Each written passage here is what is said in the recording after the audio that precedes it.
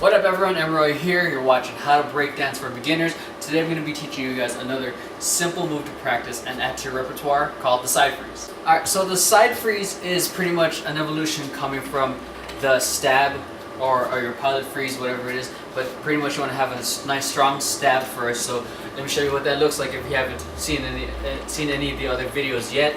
So pretty much a stab. Let me face 45 degrees so you can see me. Elbow is nice. My elbow right here is pretty much in the center of my core area. It's not really hitting my hip, but what some people tend to do. It's in the center of my core, and I have this nice shape here. Okay, and I'm hitting this position. Okay, this is generally a stab. That's like sort of the prerequisite to the side freeze. So with the side freeze, pretty much looks like that. It's pretty much using the same idea of the stab, same hand position, but except I'm hitting my hip here, and my hip is high. I'm of course facing you guys instead of facing down. Okay?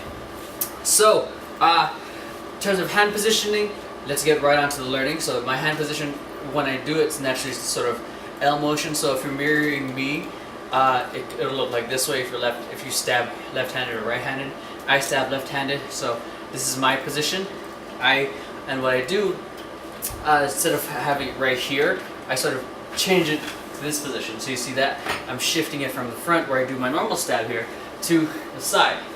Okay, and what I do, so make sure I'm still in the frame, I stick it to my hip here instead of the middle. So that's the stab. This is from going to the side freeze. So I go into the side, okay, and I try to keep this nice strong 90-degree angle. And I have my wrist nice and strong to help strengthen your wrist. You might want to stretch it out through these type of exercises to really get those wrists nice and strong, because this might feel uncomfortable if this is your first time doing it. So again, same position here, boom, turn, and what I want to do is sort of catch it, okay, as I'm sort of reaching towards the ground, catch it, and then what I want to do is I want to place my hip on top of that elbow, and then extend. This is a fairly easy freeze. I believe that you can probably learn it within an hour, or even less if you can, and that's about it. You can show it off to your friends and family.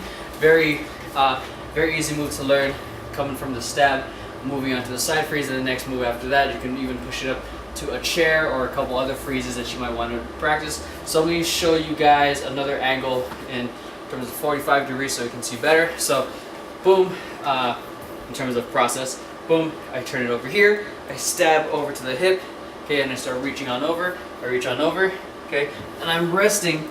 You're going to see my head rest, which is the corner of my head, on it. Okay, I'm not doing this. I'm not bending my head. I'm not bending my head the other way. Okay, I'm keeping my head nice and doing my best to keep my head nice and neutral, so I can hit the corner of my head. Cool? And what helps too is if you keep your core nice and strong too, meaning abs and back flexed, and not just relying everything on your arms, because what some people tend to do is that they rely everything on just their arms and stresses out the wrists and triceps and everything else way too much. So to help spread the weight out evenly as you keep your abs and your back contracted as well. Cool. That's it really. So let me show you how you can sort of get into it if you have a couple other moves already, since I have a little bit of extra time here for filming. So let's say you can be coming from footwork, boom, okay, I'm doing really lazy footwork right now, boom, so you see, boom, boom. Cool? See how you can use that?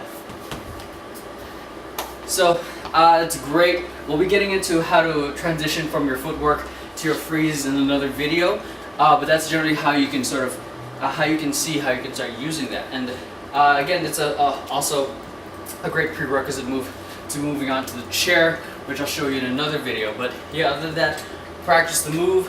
Let me know what you think.